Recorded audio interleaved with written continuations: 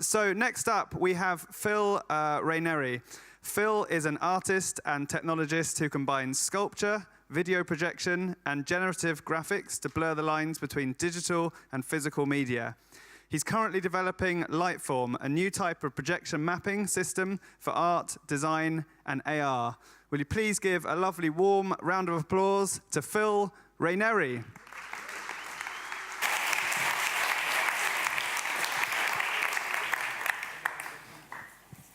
Thank you.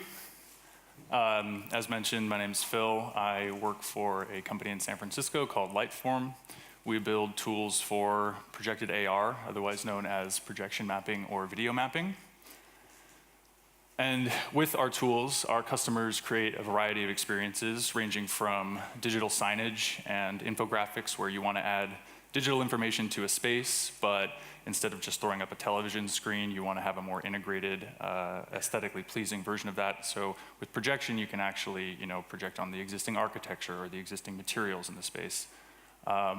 Retail displays is a big one. So we have customers who are projecting on products, they're creating window displays, and creating pop-up activations.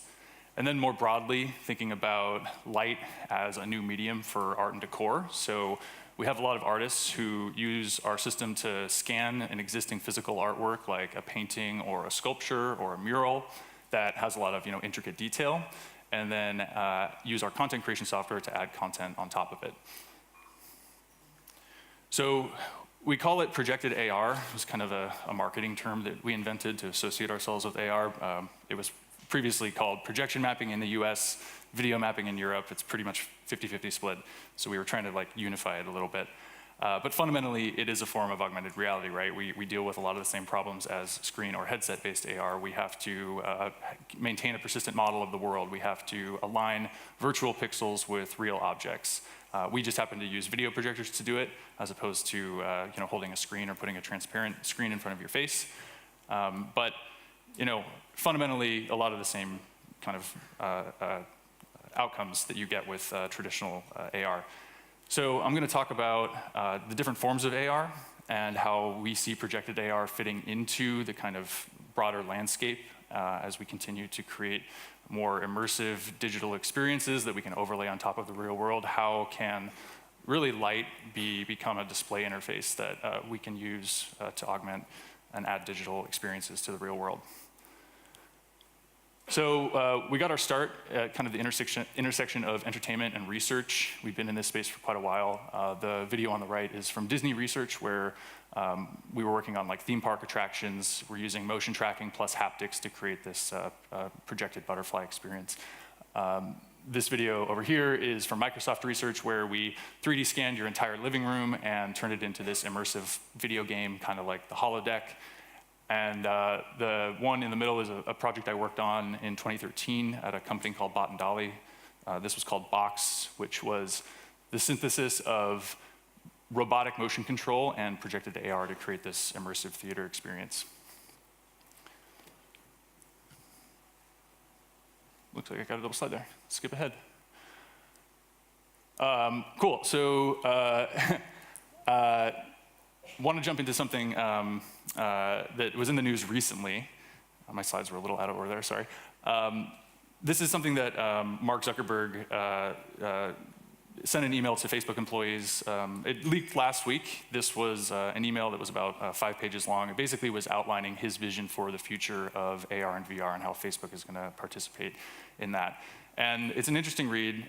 Granted, it is 4 years old at this point, so we kind of want to take everything with a grain of salt. But in it, he kind of states that AR, VR is the next major computing platform after mobile, and in order for us to become a player, and maintain our position in that market, we have to own more of the hardware and the software and the services, just like Apple and Google are so entrenched with mobile because they own the hardware and the operating systems. But there was this interesting sentence at the end of the first paragraph, which really kind of jumps out at me. Is this notion that as we continue to create more realistic simulations, more realistic virtual environments, that we will eventually start to replace our physical objects in the real world with digital ones, right? that I can buy, virtual accessories for my virtual avatar, and that's where I'm going to start to spend a lot of my time. And I'm going to do that in lieu of the real world, of physical objects. And so, this is not new. We were already doing this. We have video games that have really rich character customization screens where you can purchase upgrades and trick out your character to show off to your friends.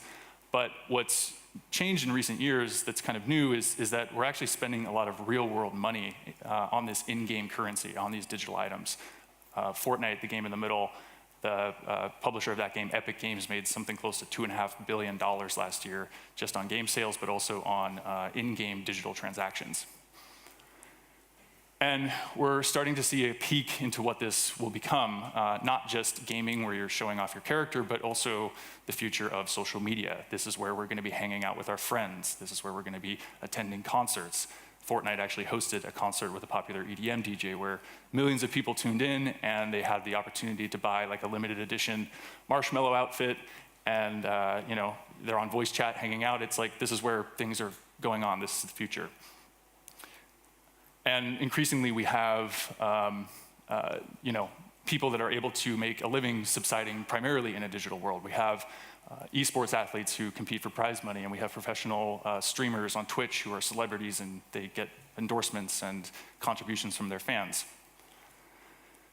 And so this notion, right, that spending all of our time in the digital world is just a waste of time with no redeeming value, is quickly becoming antiquated, right? Like, this is actually where we're going. This is something that we're going to continue to do. Is as the technology gets better and better, we're going to be spending more and more of our time here, and there are actual real economies and eventually real jobs that we can do in a completely digital environment.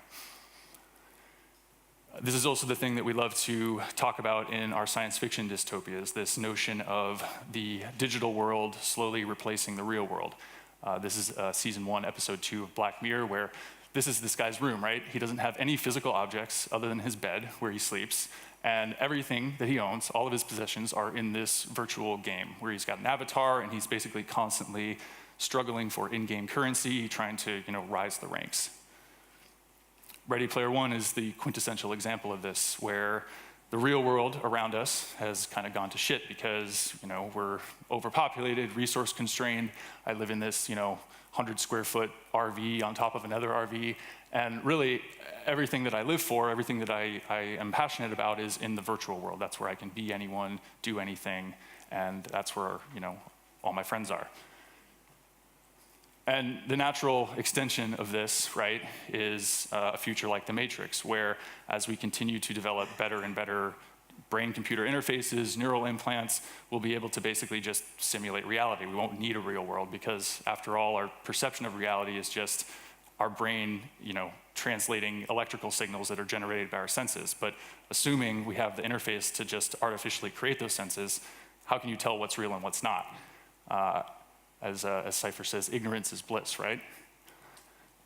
So you might be saying, okay, Phil, it's a little bit of a jump to go from Fortnite of today to the Matrix of tomorrow, but is it? Like, in 50 years, I'll hopefully still be alive, I'll be retired, I'll be 80 in VR, and I'll be this guy. I'm hanging out there, this is where everything's gonna be happening. Like, the simulation's just gonna get so much better in our lifetimes that more and more of us are gonna be spending a lot of time in these virtual realms. But for now, we still have a real world. The current, best, most high resolution simulation is reality. That's what we perceive with our actual senses. And so, I think that there is an interesting way that we can continue to incorporate digital experiences into the real world while preserving it without completely abandoning it. We're very good, though, at taking analog things and digitizing them. We've done it with all of our media, music. Now it's not even a question of how many songs you can have in your pocket. You can have an unlimited number of songs in your pocket because you stream it from the cloud. Photography, again, used to be analog, now digital, now Instagram, and you can just surf for days. And then movies, of course. You used to actually, prior to all of this, you used to actually go to movie theaters, and that's the only place you could see movies. You had to actually hang out with people. But now, you can stream Netflix from your couch. So despite the fact that we have all of this new convenience of digital things, we can have millions of songs, millions of photos at the tip of our fingertips, there's actually this interesting trend that's been happening, right? Which is kind of a backlash a little bit against digital. David Sachs is an author who writes about this topic. And essentially, books are still around. We haven't completely eradicated print media because of the internet or because of ebooks. Polaroid is a brand that was dead and made a comeback, and it's actually like selling a bunch of cameras now and a bunch of instant film. And so what David Sachs posits is that this isn't just a kind of hipster, vintage, retro nostalgia, that we've actually gone too digital, right? We as humans, we require and in fact crave physical sensations, physical interactions, tactile response, right? And the satisfaction that you get from holding a nice book and feeling the binding, or taking a vinyl record out of its sleeve, or even hugging a loved one is not something that you can immediately recreate with just a hunk of glass and plastic. So it's the balance of the digital and the physical that is informing a lot of our product design. We have the Kindle, which is an e-reader that has a nice leather and fabric binding, but it's not an emissive display, it's actually an e-ink display, so this is something that's easier on the eyes, easier to read. Projection is actually very similar in that regard. It's not emissive, it's diffuse. We create Apple Watches and Android Wear to mimic the old watch faces of old. And we are also creating television screens. This is the Samsung Frame, which has a nice wood frame. You actually, when you turn it off, it does not turn into a black rectangle. It is an ambient art display. So it kind of mimics and blends into the environment and looks like a piece of art as opposed to a piece of technology. So this notion that the best technologies are the ones that weave themselves into our daily lives. This is something that Mark Weiser, who was an early pioneer of ubiquitous computing, talked about quite a bit. This idea that the technologies that we immediately understand, that we immediately can grasp with our existing senses, are the ones that are the most sticky, right? So voice interfaces are a good example of this. Voice interfaces are a very natural interaction for us. We can just talk to them, right? That's something that we're used to doing since we're infants. They're very sticky, and they're becoming more ubiquitous because they're a very seamless interaction. Jared Ficklin, who has spoken on the stage multiple times, he calls this an integrated reality. So he says that instead of having digital content replace or otherwise do away with the analog physical world, that we actually want them to be integrated. We want them to be seamlessly blended. And so augmented reality kind of delivers or promises this future, right, where we have the ability to more seamlessly overlay digital content into the real world. And it's going to promise for us to be able to be more connected with our friends and family, to be less distracted, to be more productive. But the thing is, as of yet, the interfaces are still a little bit clunky, right? We still have to take out our screens and launch an app and do a calibration, or we still have to put on a headset and calibrate that. So it's not as frictionless. It's not this seamless interweaving of technology that we have yet hoped for. It's getting there, and it will continue to get there as we advance. But at the moment, it's still a little bit of a pain point. So as it turns out, one of the fundamental things with projected AR, with projection mapping, is that it always requires a physical object. You can't make a hologram just float in free space. That's some people would say a disadvantage. I actually think it's a virtue, because what it means is that when you're designing projected AR, you pretty much always have to consider the physical world, the built environment. You have to consider what the material is going to look like, how it's going to receive light, how it's going to bounce light. The actual physics and the material properties matter. And so instead of just plopping a 3D object in the middle of a space and blocking whatever is behind it, I'm actually concerned with how the digital content and the physical object interact with each other. So we inherently have to keep our physical surroundings to be able to create the experience. This is a photo that I found on Instagram. It's the Airbnb design team, and this photographer is basically, he's showing his work to this audience. But there's something kind of interesting about this photo. I don't know if anybody here can identify what is different or going on. Anybody? What's that? Yeah. Yes, exactly. So there's a perfectly good projector screen up there, but it's not in use. So we can assume that maybe this is because the screen was broken or because there was a stain on it. But really what I like to think, and what I'm pretty sure is happening here, is that they tried the screen, it looked kind of washed out, ambient light was killing it. And then they went with this kind of more integrated approach where they actually projected straight on the concrete. And what I think is going on is that there's this kind of novelty to seeing our digital content absorb the texture and the color and of the surrounding world. We're so used to seeing our content rendered on these perfect 5K OLED displays that when we actually see it out integrated with the real world, it's very appeasing. So that's the thing, though, is that the real world is messy. The real world has this texture. It's not a pixel-perfect simulation. It's chaotic, it's random, it has noise, and it's in this noise, right, that we find beauty. It's not always going to be perfectly rendered.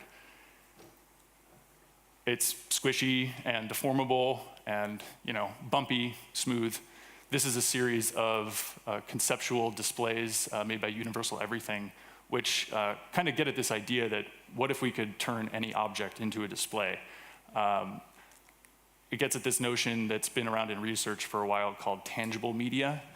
The idea that every atom in the universe, physical atom, can also have a bit associated with it. So you can deform, objects, and then what if those objects also could have a digital correspondence? So projected AR has a couple of advantages. It also has some drawbacks. I'll get to those. But one of the immediate advantages is that it's visible to the naked eye. So I'm able to see it immediately when I walk into a room, provided that the room has been outfitted with projected AR. I don't need to put on a headset, calibrate it, or take out a screen and launch an app. As a result, it's also inherently shared. So I'm able to walk into the space with a group of people and everybody can see the same thing. Whereas, you can have a shared AR experience, but you all have to be launched into the same app. And so with projected AR, it's instantly shared. We like to say that it has infinite resolution, which is a bit of a misnomer, but projectors still have resolution. They're 1080p or 4K. But what happens when you actually scan the real world and then project it back onto itself with effects involved is that the real world object actually it's infinite resolution. So the pixels end up kind of blending into the real world and get hidden. So you end up creating this experience that looks like infinitely high resolution that is still an augmented reality experience. Whereas with headsets, we're still very much constrained by the resolution that they can output. And this isn't an example of AR per se, but it's more integrated. As I'm saying, you don't have to retrofit screens everywhere. The content is actually part of the environment. And then immediacy, right? So I don't have to put it on, I don't have to charge a battery, provided that the space is outfitted. This experience can happen instantly. It can happen right when I want it. I don't have to go find my device or my headset. Also, it can be unlimited field of view. So another kind of constraint of current AR and VR is that we are limited by the displays, which limit our field of view, which detract from the immersion. With projection, you can actually create a full 360 experience if you want by blending the projectors on top of each other, and it takes up your whole peripheral. But projected AR definitely has its drawbacks as compared to other forms of AR. One of the big ones, right, is you can't project on certain surfaces. While you have to consider the material properties of them, there are some that aren't good, such as glass, mirrors, things that are very shiny. Just really hard to put a display there unless you somehow make it matte or put some sort of a frosted coating on it. But if you're projecting on surfaces that have inherent texture and you actually want to remove that texture, there is a solution for that. It's called radiometric compensation. So when you have computer vision involved, you can actually scan whatever the surface you're projecting on is. In this case, it's this concrete brick wall. And what you can do is essentially the equivalent of like noise canceling headphones. You can basically cancel out the color and the texture of the surface that you're projecting on to create a natural seamless image. There is the disadvantage of not being able to create these free-floating 3D holograms in the middle of a room, right? Because I have to project on a surface, there needs to be something there. So I have to either have a 3D model of the object that I'm projecting on. There is a bit of a workaround, which is the forced perspective rendering. So this example box, we actually knew exactly where the camera was. So we could render all the content from that point of view. The camera was actually also on a robot. This one on the left is from Marshmallow Laser Feast. They actually did this commercial for PlayStation where the camera is being tracked by the PSVR controllers, and they're rendering in real time, so they're actually able to like know exactly where to render that perspective from to create that illusion. But the issue with this is that it only works from that one perspective. So it's only going to work from that single viewer's perspective, that camera. There is a way to kind of take two viewers' positions and like average them out, and you get kind of a similar effect. But generally speaking, just because it's not full stereoscopic, a headset is always going to be better because you've got the left eye and the right eye view. This one is a common one, susceptible to ambient light. What about the brightness of projection? Can I see it during the day? The answer is generally no. In broad daylight, you're not going to be able to see it. But there are ways to get around like high ambient lighting conditions.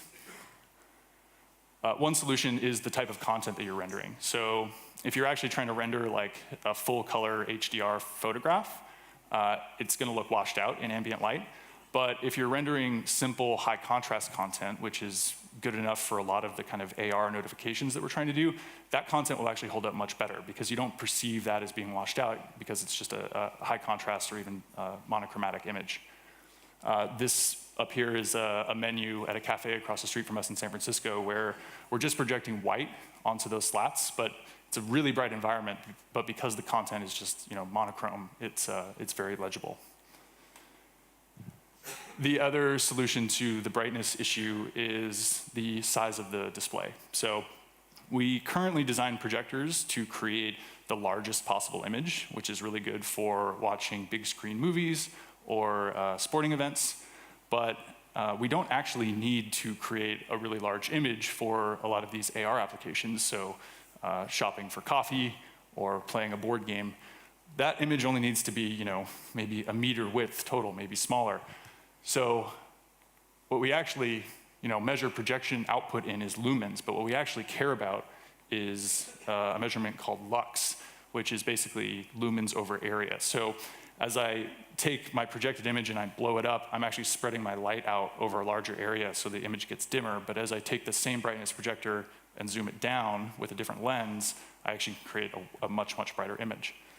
So an example of that, here, right? Bright projector with a big screen can actually end up being dimmer than a small projector with fewer lumens, but condensed in a smaller area. The other interesting long-term solution for this is a type of laser projector known as a vector laser projector. This is the kind that you would see at like a concert or a club. They can be very bright, they can be daytime visible, they can also make you blind, which is why you don't really see them in this application yet, but this is a concept from Mercedes where a autonomous vehicle is able to communicate with passengers and pedestrians by projecting out onto the road. So one of the really big ones, right, is installation. I have to retrofit my environment with projectors. It's not as portable. I can't just pick up my AR headset. I can't just pick up my screen and take it with me. And this is definitely something that gets even harder when you start to try to throw on sensors and computing power and all that. So what if projection could look more like, objects we already have in our home, like a lamp or a recessed light, or even be built into products that we already own, like a smart speaker. This is actually starting to happen. It's becoming possible. And it's largely due to LED and laser projectors replacing conventional halogen bulbs. So halogen bulbs, they burn out after 1,000 hours, so you have to change the lamps all the time. They also generate a ton of heat, so they require a lot of cooling, and so that makes them much larger and noisier than laser-based projectors. And so LED and laser is much more efficient. You can make the projector design smaller. It lasts 30,000 hours, which is basically the life of the projector. You don't have to worry about replacing it. And they're also instant on, so you don't have to worry about the lamp warming up. You can actually just flick on a switch, and it's instantly there. We kind of have been graphing the trajectory of, let me see my laser pointer here, that's obvious, right? Graphing the trend of laser and LED projectors over time, kind of comparing brightness to cost. And we're actually starting to get to this point right here where we think that it's actually going to make sense for consumers to have these sorts of devices in their homes. We've actually gotten to the point where they're bright enough and cheap enough that you can start to kind of tile projection around spaces. And even the ones that are currently on the market, they're starting to look a lot different, right? We have the left and the right are projectors from Sony that are ultra short throw. This one kind of looks like a mid-century credenza. It fits in with the space. The one in the middle is from LG. It's kind of a portable smart speaker design that actually has a handle. You can just lift it, pick it up, carry it around. And then we're also starting to make the smaller lamp form factors, so you can actually have something as a table lamp or a floor lamp or a sconce or a pendant.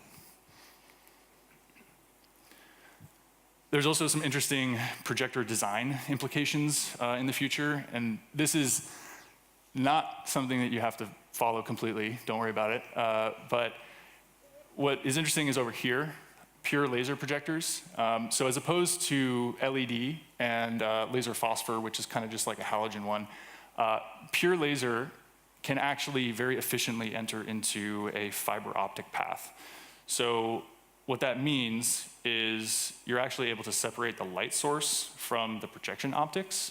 So when we're designing projectors in the future, this becomes really interesting because what you can do is you can take the really large, noisy, bulky part and then have a fiber optic cable that runs basically to the really tiny projection part.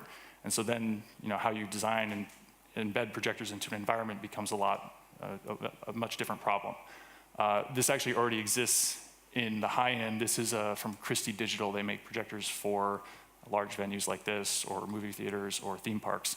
And so what they have is they have basically this like rack of laser diodes, and the blue part is a fiber optic cable that actually sends all the light through, and then they have the projection head. This is still really massive. It's not the small thing I'm talking about, but it does exist at the high end. And so this is actually kind of the chip that I'm talking about. So this is a chip that's about the size of a coin. What it is a little electromechanically actuated mirror. And so what you can do is you can take laser from a fiber optic cable, you can point it at this mirror, and then this mirror moves super, super fast, and it essentially rasterizes an image like an old CRT display. So you're taking a laser beam and scanning it to create a persistent image. So something as small as this, when you combine it with a laser light source that's bright enough, this actually starts being something that you can just put everywhere, right? So we think that potentially in the future, you'll not just be wiring copper through your house for electrical or Cat5 through your house for internet. You might actually have fiber optic going to a central location where you actually have laser light sources, and they can provide conventional illumination just like your normal lights do, but they can also turn into a projected AR display that can actually turn any surface into a display. This design also starts to address one of the other issues, which is occlusion. So assuming that you can have lots of projectors everywhere, little tiny ones, you actually deal with the shadow problem, because it's kind of the same way that you deal with lighting in your kitchen. You don't just have a single light in the middle usually. You tend to try to do more lighting, so you have a more uniform coverage, and when you walk from one space to the other, if you cast a shadow, you don't notice it as much. The other super cool thing about laser projection is that it's typically done with some combination of red, green, and blue lasers. These are the visible wavelength that we see, so we can actually see the light that's coming out of it. But what you can also do is you can add an invisible wavelength. You can add IR. And when you have a little scanning laser beam that is in infrared, you essentially have created LiDAR. LiDAR is the technology that's on self-driving cars that is capable of creating a persistent point cloud, a persistent 3D model of the world. So when you assume that you're basically going to have this kind of ubiquitous 3D model that's ever persistent, and you can also project on every single point in that point cloud, that starts to be a really interesting thing. So, imagining that every single point in space can also become a precisely directed beam of light. This starts to get into some pretty fun stuff. This is, again, that concept of universal everything. This notion of like sticky projection that can morph and adapt and bend to complex forms, humans, plants, etc.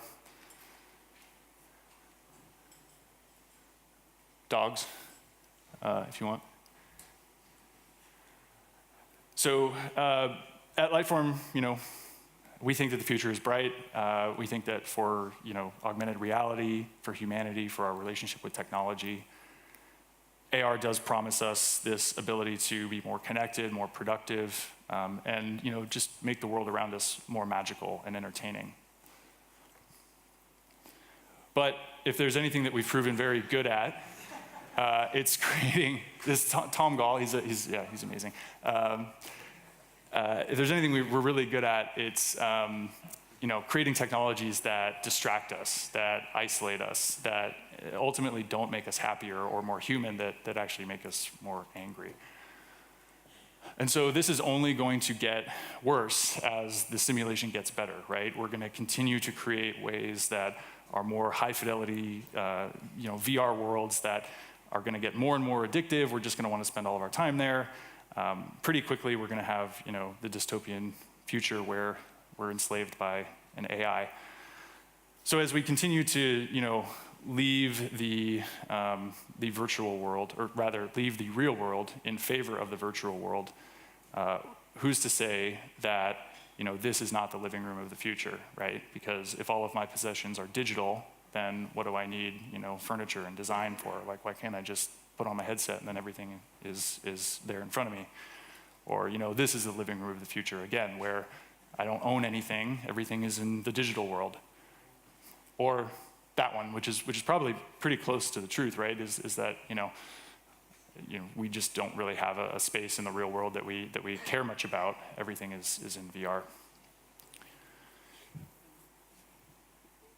What we really hope for, though, what I really believe in, is this notion that when you take the simulation off, when you turn off the digital overlay that exists on top of the real world, that you are still left with a world that you want to call your home. Thank you very much.